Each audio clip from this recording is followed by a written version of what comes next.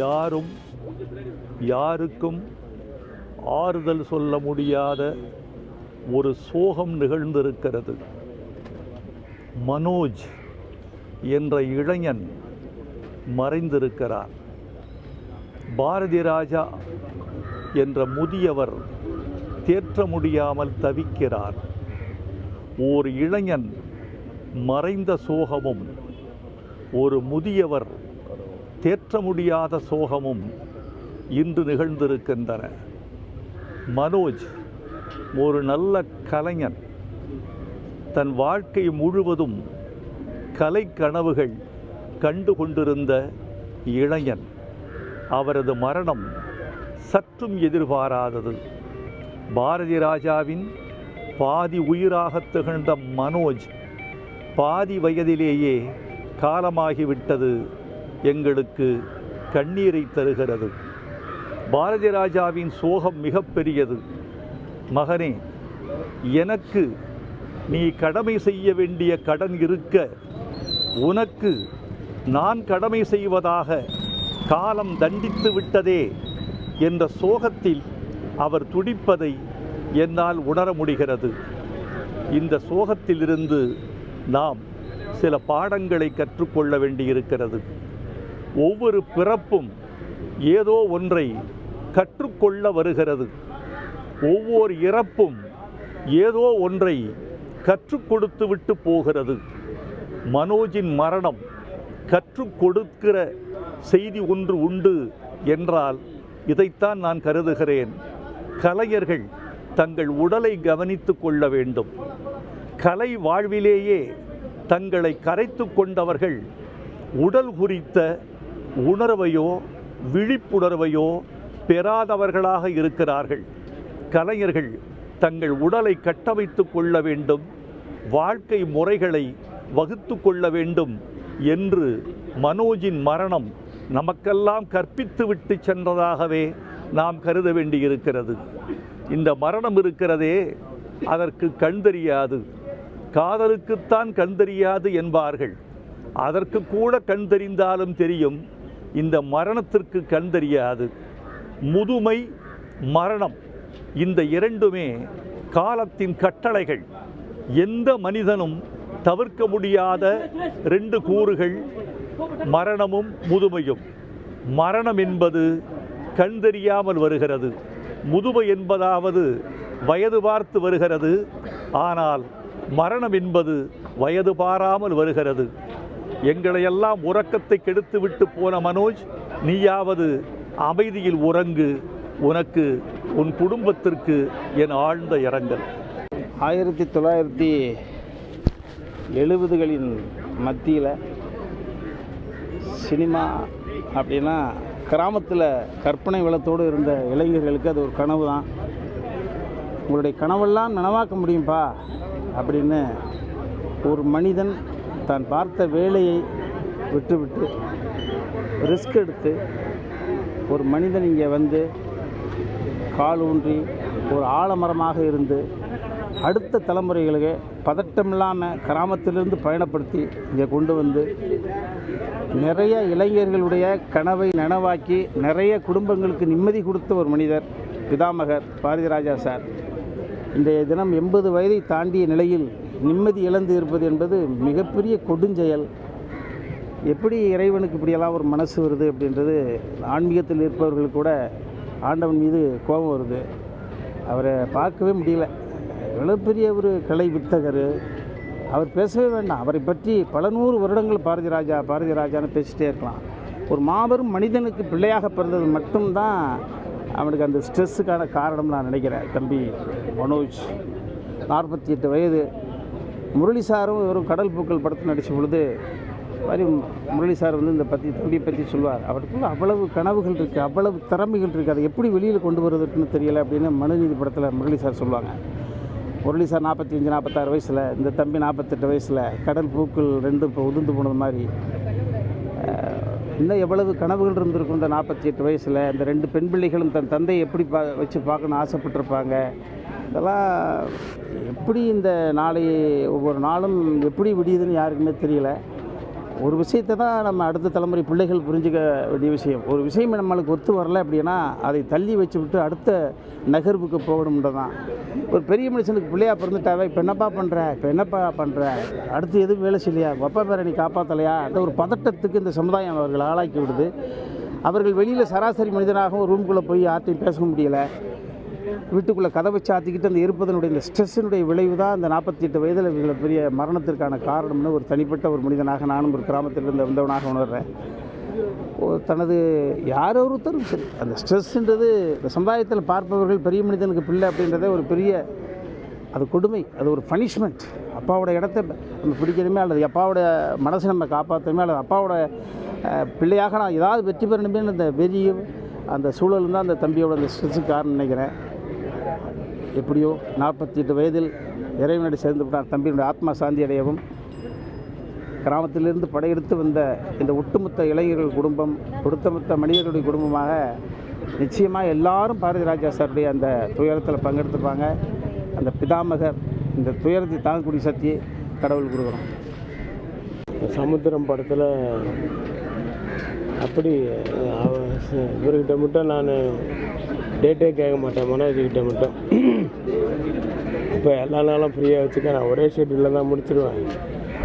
Goundamani sir பிஸியாக இருக்கார், அந்த பக்கம் செந்தில் இந்த மாதிரி சரத்குமார் இவங்கெல்லாம் பிஸியாக இருக்கனால இவர்கிட்ட மட்டும் டேட்டே பல்காக வாங்கி வச்சுட்டு அதை ஷூட்டிங் டேஸ் எல்லாம் மறக்கவே முடியாது.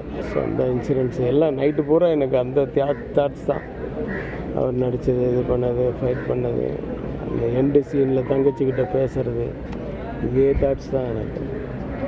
ரொம்ப நல்ல ஒரு இது. அந்த படத்தில் வந்து அவர் ஷீல்டு வாங்கினார் கமல் சார்கிட்ட. அதாவது அந்த படத்துக்கான ஒரு 100 days ஃபங்க்ஷனில் கமல் சார் வந்து எல்லாருக்கும் ஷீல்டு வாங்கினார். சார் இதான் சார் என்னோடய முதல் ஷீல்டு அப்படின்னாரு.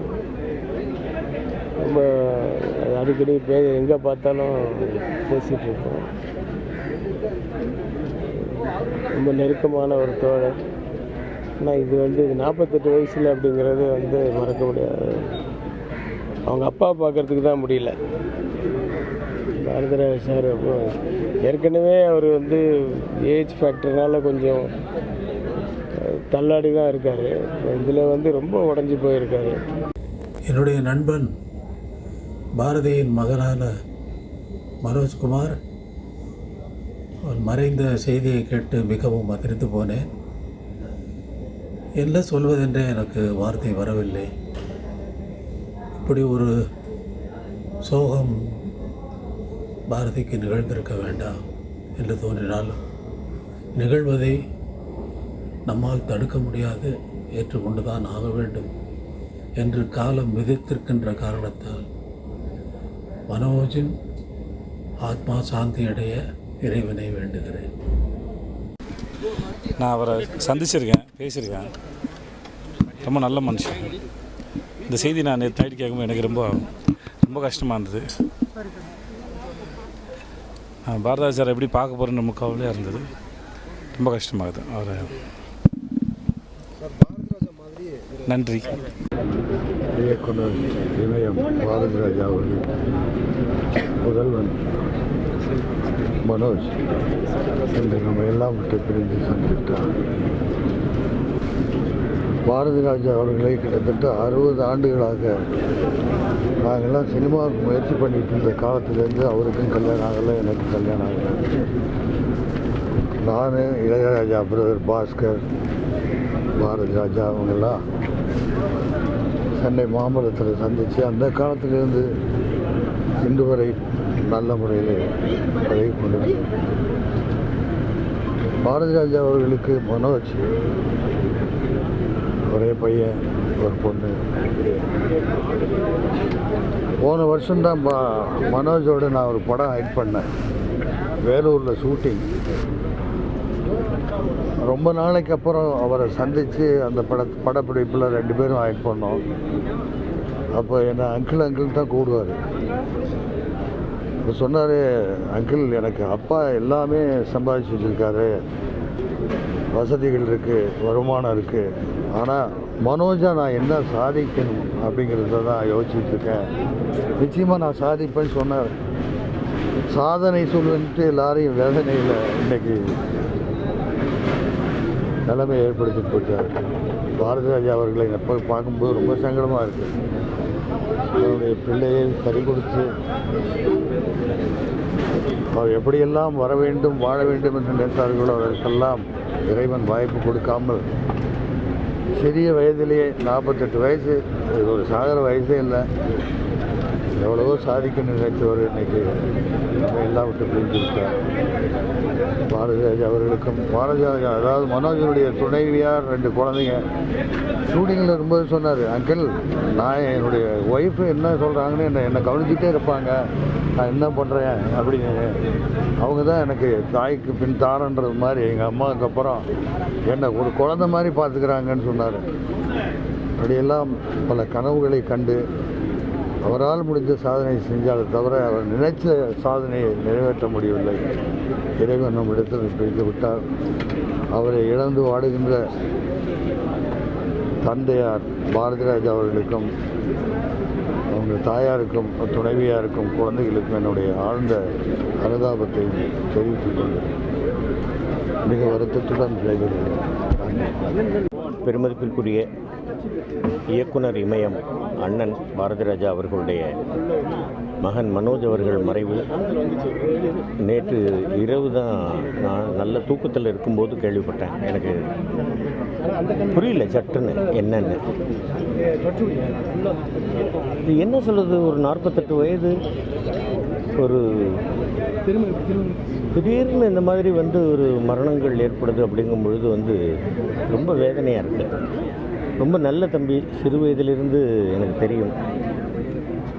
எப்போ எந்த படம் வந்தாலும் பார்த்துட்டு உடனே எனக்கு ஃபோன் பண்ணி ரொம்ப நல்லா இருக்குண்ணே, ரொம்ப பிரமாதமாக பண்ணியிருக்கீங்க, என்ன பாராட்டுவாப்பில். என்னமோ காலம் இப்படி படிச்சுட்டு போயிடுச்சு. இது என்ன சொல்கிறது, இந்த முதிர்ந்த வயதில் அண்ணன் அவர்களுக்கு ஒரு மிகப்பெரிய பேரிழப்பு, மிகப்பெரிய சோகம். இதுக்கு நம்ம ஆறுதல் சொல்லி அது அவரை தேத்துறதுன்றது கொஞ்சம் கஷ்டம். இறைவன் இதை தாங்கக்கூடிய மன உறுதியை, திடத்தையும் அண்ணன் அவர்களுக்கு கொடுக்கணும். தம்பி மனோஜ் அவர்களுடைய ஆன்மா இறைவன் நிழலில் இளைப்பாறட்டும் அப்படின்னு சொல்கிறது தவிர வேறு வழி இல்லை. ஒட்டுமொத்த தமிழ் சினிமாவும் இந்த மாதிரி ஒரு எளிய கலைஞர்லாம் இன்றைக்கி வெளியில் தெரிகிறது. தமிழ் சினிமா வெளியில் கொண்டுட்டு வந்து படப்பிடிப்பு நடத்துறது அப்படின்னு இந்த சினிமாவை புது தளத்துக்கு காலடி எடுத்து வச்சவர் எங்கள் ஐயா பாரதி ராஜா. அவருடைய மகன் எங்கள் அண்ணன் மனோஜ் அண்ணன், நாங்கள் எல்லாம் ஒரே உறவுகள், ஒரே தென் மாவட்டத்தை சேர்ந்தவங்க.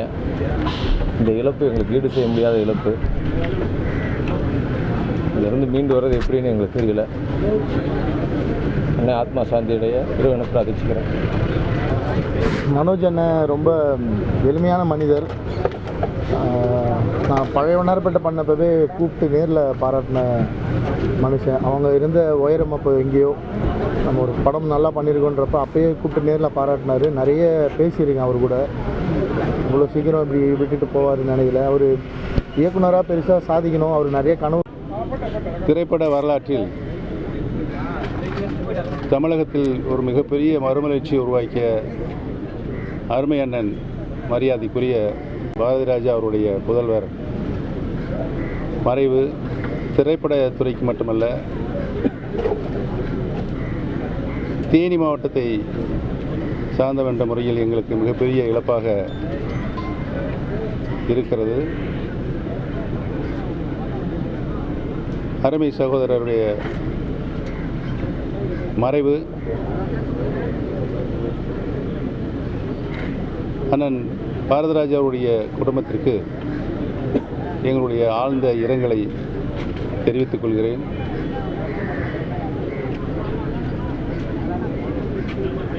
இளம் வயதில் தந்தையைப் போல் அவரும் தனக்கென ஒரு முத்திரையை திரைப்படத்துறையில் பதித்தார் என்பதுதான் வரலாறாக இருக்கிறது என்பதையும், எங்களுக்கு தனிப்பட்ட முறையில் எங்களுடைய குடும்பத்திற்கு இழப்பாக இருக்கிறது. அவருடைய பிரிவை இழந்து வாழ்கின்ற அண்ணன் பாரதிராஜா அவர்களுக்கும் தம்பி மனோஜனுடைய துணைவியார் அவர்களுக்கும் அவர்களுடைய குழந்தைகளுக்கும் எங்களுடைய ஆழ்ந்த அனுதாபத்தையும் வீரங்களையும் தெரிவித்துக் கொள்கிறேன். அண்ணா, பத்திரிகை நண்பர்களுக்கு எங்களுடைய அந்த துக்ககரமான நேரத்தில் எங்களுடைய வணக்கத்தை தெரிவித்துக் கொள்கின்றோம். இயக்குனர் இமயம் ஐயா பாரதி ராஜா அவர்கள் ஒரு பெரிய சகாப்தம். அவர் இன்னைக்கு உடைந்து போய் இந்த நேரத்தில் அவரை பார்ப்பதற்கே மிக வேதனையாக இருக்கிறது. அவருடைய மகன் அன்பு சகோதரர் மனோஜ் அவர்கள் சினிமா துறையில் அவரும் ஒரு முத்திரையை பதித்து 40 வயது அப்படிங்கிறது ஒரு வயது இல்லைங்க. இந்த நேரத்தில் நம்மை விட்டு பிரிந்து சென்றிருக்கின்றார். அதனால் ஐயா பாரதி ராஜா ஐயாவுடைய குடும்பத்திற்கு இந்த நேரத்தில் பாரதிய ஜனதா கட்சி சார்பாக எங்களுடைய ஆழ்ந்த இரங்கல்களை தெரிவிப்பதோடு மட்டும் இல்லாமல் ஐயா அவர்கள் இதிலிருந்து வேகமாக மீண்டு வரணும் அப்படிங்கிறது தான் எங்களுடைய பிரார்த்தனை. இதற்கு முன்பு பாரதி ராஜா ஐயாவுக்கு உடம்பு சரியில்லாதப்பெல்லாம் போய் மருத்துவமனையில் பார்த்துட்டு வருவேன். ஒரு முறையும் ஃபீனிக்ஸ் பறவையை போல் திரும்ப திரும்ப உயிர்ப்பித்து வருவாங்க. இது புத்திர சோகம், சோகத்திலேயே பெரிய சோகம். நிச்சயமாக இதிலிருந்தும் ஐயா மீண்டு வருவார்கள் என்கின்ற நம்பிக்கை இருக்குது. மொத்த குடும்பத்துக்கும் இந்த நேரத்தில் எங்களுடைய ஆழ்ந்த இரங்கல்களை தெரிவிப்பதோடு ஆண்டவனுடைய அருள் கருணை எப்பொழுதும் அந்த குடும்பத்திற்கு இருக்க வேண்டும் என்று வேண்டிக் கொள்கின்றோம். இந்த மரணத்தை பற்றி என்ன சொல்கிறதுனே தெரியல. மரணம் எல்லாருக்கும் வரும், ஆனால் இந்த வயசில் வரக்கூடாது. அதை தாங்குகிற சக்தி அவங்க அப்பாவுக்கு அம்மாவுக்கு எப்படி இருக்கும்னு நினச்சி கூட பார்க்க முடியல. ஒரு மரணத்தை பார்த்துட்டு தைரியம் சொல்லலாம் அப்படின்னு நம்ம மனசில் நம்மளே தேத்திக்கிட்டு ஒரு தைரியத்தை சொல்கிற ஒரு தைரியம் கூட நமக்கு இல்லை. டைரக்டர் பாரதி ராஜா சாரை பார்த்துட்டு என்ன பேசுகிறதுனே தெரியல. ஏற்கனவே அவர் எவ்வளவோ அவருடைய ஏஜ் ஒரு ஃபேக்டரு. ரெண்டாவது அவருக்கு இருக்கிற ஒரு பையன் ஒரு பொண்ணு, அதில் அந்த பையன் மேலே அவருக்கு உயிர். அதுலேயும் மனோஜ் ஒரு நல்ல கேரக்டர், ரொம்ப அருமையான பையன், ரொம்ப அருமையாக. நான் ஒரு 7 வயசுலேருந்து பார்த்துட்ருக்கேன். எப்போ பார்த்தாலும் அந்த சிரிப்போட அந்த ஓடி வர்றதும் அந்த கட்டி பிடிக்கிறதும் அந்த பேசுகிறதெல்லாம் இன்னும் என் கண்ணில் அப்படியே இருக்குது. நான் நிறைய கனவுகள், எப்படியாவது பெரிய டைரக்டர் ஆகணும் அப்படிங்கிற ஒரு ஆசை மனசில் இருந்தது. டைரக்டர் ஆகியிருந்தால், அதாவது நிறைய படங்கள் பண்ணியிருந்தால் இன்றைக்கி ஒரு எஸ்டாப்ளிஷ் டைரக்டர் நிச்சயமாக மனோஜ் இருந்து பார்க்கலாம். இயக்குனர் இமயம் பாரதி ராஜா அவர்களுடைய அன்பு மகன் மனோஜ் அவர்களுடைய மறைவு உண்மையிலே திரையுலகிற்கு மட்டுமல்ல, பாரதி ராஜாவினுடைய மிகப்பெரிய ரசிகர்கள் அனைவருக்குமே ஒரு பெரிய இழப்பு தான். பாரதி ராஜா அவர்களுடைய அந்த திரை பயணத்தின் துவக்கத்திலேயே உங்கள் பாசத்திற்குரிய பாரதி ராஜா பேசுகிறேன் என்று தான் அவர் தன்னுடைய குரலை ஆரம்பிப்பார். தன்னுடைய ரசிகர்களிடமே அவ்வளவு பாசமான ஒரு கலைஞன், தன்னுடைய மகனிடம் எவ்வளவு பாசமாக இருந்திருப்பார், அவரை எப்படி வளர்த்திருப்பார். அப்படிப்பட்ட ஒரு பாசமான தந்தை இன்று தன் மகனை இழந்திருப்பது அவருக்கு எப்படி ஆறுதல் சொல்வதென்றே தெரியவில்லை. அவர் முகத்தை பார்க்கவே மிகவும் கஷ்டமாக இருக்கிறது. அவருடைய இழப்பை தாங்கிக் கொள்வதற்குரிய சக்தியும் மன வலிமையும் உடல் வலிமையையும் அன்பு இயக்குனர் இமயம் பாரதி ராஜா அவர்களுக்கு இயற்கையும் அவர் நம்புகின்ற அனைத்து சக்திகளும் அவருக்கு அந்த உடல் உறுதியையும் மன உறுதியையும் தர வேண்டும். மனோஜ் அவர்கள் எல்லோரிடமும் மிக பாசமாக பழகக்கூடிய ஒரு அன்பு பிள்ளையர். அவர் என்னிடமும் மிகவும் அன்பாக பாசமாக இருப்பார். நான் பேசுகின்ற அந்த பேச்சிலே மிக ரசிக்கக்கூடிய பகுதிகளை உடனடியாக எனக்கு தொலைபேசியில் பேசி பாராட்டுவார். அப்படி ஒரு நல்ல ரசிகரை இழந்து வாடுகின்ற அவருடைய குடும்பத்தாருக்கும் திரையுலகினருக்கும் என்னுடைய ஆழ்ந்த இரங்கலையும் அஞ்சலியும் தெரிவிக்கிறேன். மனோஜ் அவர்கள் காலமானது ஒரு ஷாக்கிங்கான ஒரு நியூஸு. இது ஒரு சின்ன வயசு, இது இறந்து போகிறதுக்கு உண்டான ஒரு வயசில். இன்னும் என்னுடைய குரு பாரதி ராஜா சார் அவர்களுக்கு நான் என்ன மாதிரி அவர் எப்படி அவர்கிட்ட என்ன பேசுறதுன்னு எனக்கு தெரியல. அந்தளவுக்கு ரொம்ப துக்ககரமான ஒரு நிகழ்வு. ஆறுதல் சொல்கிறதுக்கு வார்த்தைகளே இல்லை. குடும்பத்துக்கு என்னுடைய ஆழ்ந்த இரங்கலை தெரிவிச்சுக்கிறேன். மரணம் இயற்கை சம்மந்தப்பட்டது, எல்லாருக்குமே வரும். ஆனால் இந்த சின்ன வயசில் மரணம்ங்கிறது, இந்த கேள்வி, இந்த செய்தி அறிஞ்சதுலேருந்து என்னாலே தாங்க முடியல. இதை பாரதி ராஜா சார் எப்படி தாங்கிக்க முடியும்? என்னுடைய பயமே அதுவாக தான் இருந்தது. நான் இங்கே வரத்துக்கே தாங்கிட்டே இருக்கேன். என்னென்னா, இங்கே இந்த விஷயத்தை எப்படி நம்ம சமாளிக்கிறது, எப்படி நம்ம அவருக்கு ஆறுதல் சொல்கிறது. ஒரு மகனுடைய இழப்புங்கிறது ஒரு சாதாரண விஷயம் இல்லை. மனோஜுக்கு நிறைய கனவுகள் இருந்தது. இப்போதைக்கு நம்ம நினைக்கிறது அவருடைய ஆத்மா சாந்தி அடையட்டும். நன்றி. இந்த துயரத்துலேருந்து பாரதி ராஜா சார் தான் மீண்டு வரணும். அதுக்கு எல்லாம் உள்ள இறைவனை நம்ம எல்லாரும் வேண்டிக்கணும். ஏன்னா அவர் இந்த வயதுலேயும் அவ்வளோ உழைத்துட்ருக்காரு. அந்த உழைப்பு எல்லாமே தன் பிள்ளைக்கு சொல்லுவார். அவனுக்கு ஒரு குழந்தை மாதிரி பார்ப்பார். மரணம்ன்றது தவிர்க்க முடியாது தான், யாருக்கும் வரணும். ஆனால் இந்த இளம் வயசுலையா இந்த பிள்ளைக்கா ஊருக்கே எந்த உணர்ச்சி எப்படி காட்டணும்னு சொல்லி கொடுத்துருவாங்க அப்பா. எந்த சூழ்நிலையில் எந்த மாதிரிலாம் முகபாவனை வச்சுக்கணும். இன்றைக்கி ஒரு துக்க சம்பவத்தில் எப்படி இருக்குதுன்னு எங்களுக்கு காட்டி கொடுத்துறாரு. உடனுக்குடன் செய்திகளை தெரிந்து கொள்ள சன் நியூஸ் பெல் ஐகானை கிளிக் பண்ணுங்க.